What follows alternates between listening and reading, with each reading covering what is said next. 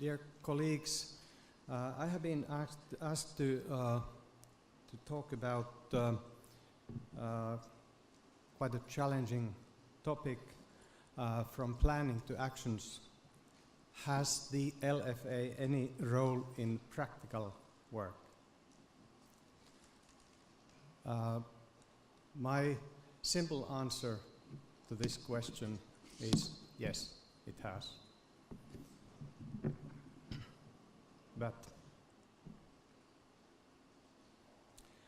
to start with, this is a personal opinion and also experience that quite often we see plans without actions, plans which will not be implemented, or we can see actions without proper planning. Or we have quite often seen plans where the setting of the objectives is unrealistic. They may be very high level, long-term, abstract formulations, but without proper connection with concrete real world. Or we may see action plans which are without proper analysis of the working context, or without proper analysis of available resources. So how could we avoid the problems which are inbuilt in these issues? If we could really go through the basics of the whole logical framework approach, the LFA, we would need much more time. So I will present very briefly just very few principles. But the following principles I'm taking up here can be applied, in fact, in any program development, meaning developing a project plans, or they can be applied in any situation where we are dealing with development process, even without a real project planning. And why is this? Because the LFA means way of thinking. There are 3 words behind these 3 letters LFA. The words are logical, framework, approach. Meaning that we have to follow certain logics. This is a framework, and this is an approach. If we lose the idea of the framework, for example, then our thinking or plans will be rigid and will be fixed on something that risks to take us to problems. So we are talking about a holistic way of thinking and acting, way of thinking, which is based on analysis of problems and needs of beneficiaries. So the whole process has to start with identification of relevant stakeholders and then definition of the most important immediate and ultimate beneficiaries. And then we are aiming at sustainability, sustainable development, and we are aiming at achieving impacts. And in practice, we also have here a tool with which we can make complex things more simple to manage. So, way of thinking and orientation towards development. And we are here dealing with an effective tool for objective and sustainability-oriented structured development. We need to define objectives and time schedules. We need to define resources and indicators. We need to define and divide responsibilities. Just a few basic facts. But then a few practical principles which are not always so obvious in real life, in practical work. We have to be open-minded with others. All of us as human beings, we have our own experiences, our own minds, our own views, opinions, and so on. But when we start planning something aiming at those things I mentioned, we need to be open, we need to be able to be open-minded with others' views too. The second thing is that we have to be curious. We have to be able to be curious with the context. Because if we think comprehensively, the working context is usually much wider than only the narrow situation of our own everyday life. And one thing which is an absolute necessity for successful planning is that we have to be honest with ourselves. I have to be honest with myself. I have to be honest that I have limitations and I have my own conscious or subconscious personal needs and so on. And we have to be ready to involve all relevant partners, all relevant stakeholders.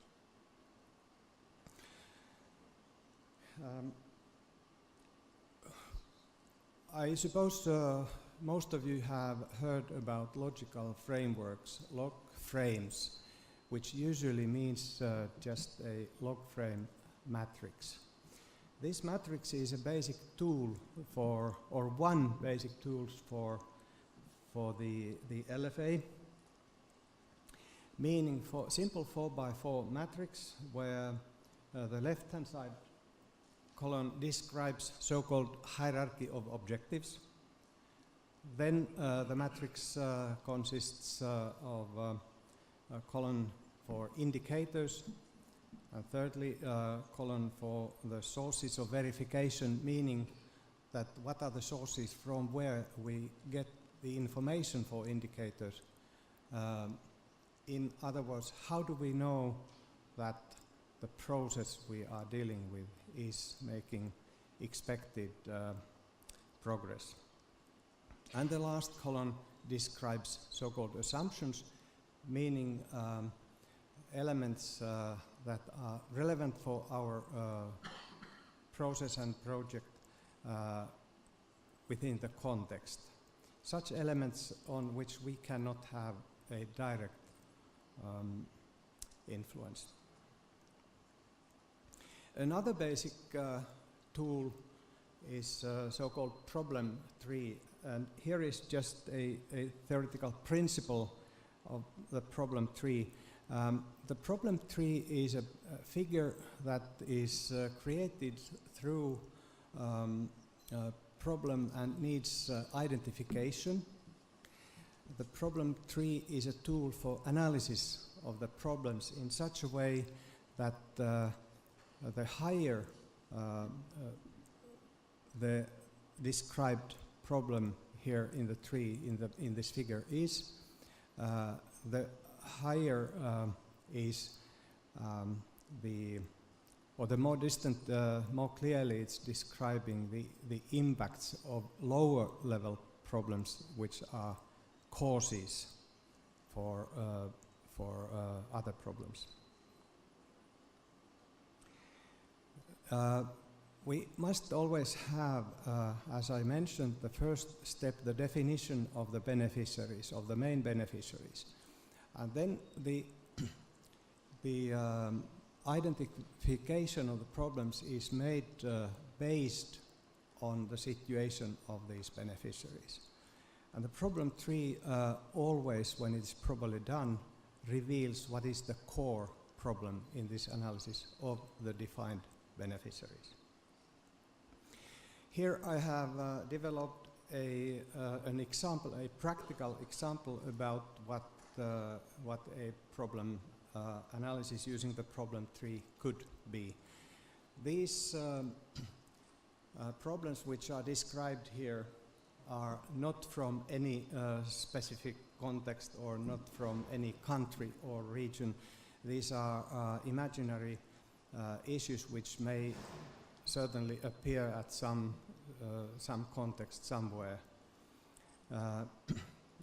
Here at the lower level we are saying that in this situation that we are describing, the incidence figures of HIV are continuously growing, they are increasing.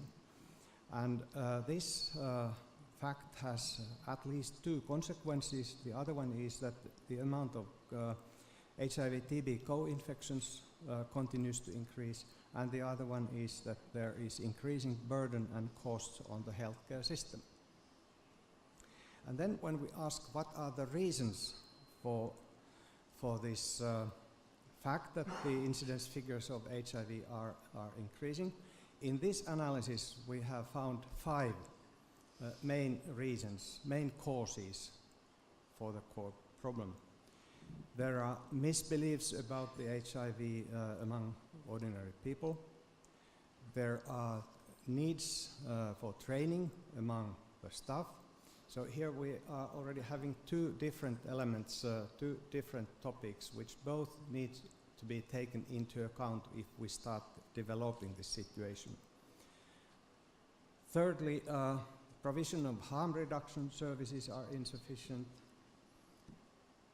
Fourthly, many of those who are tested positively disappear. We don't know where they go, we don't see them anymore. 4 different type of causes to the fact that incidence figures are increasing. And the last one is dealing with asylum seekers. We know that they have, or at least we suspect that they have HIV or TB, but we don't know the situation. And when we complete this, we find causes for the higher level causes.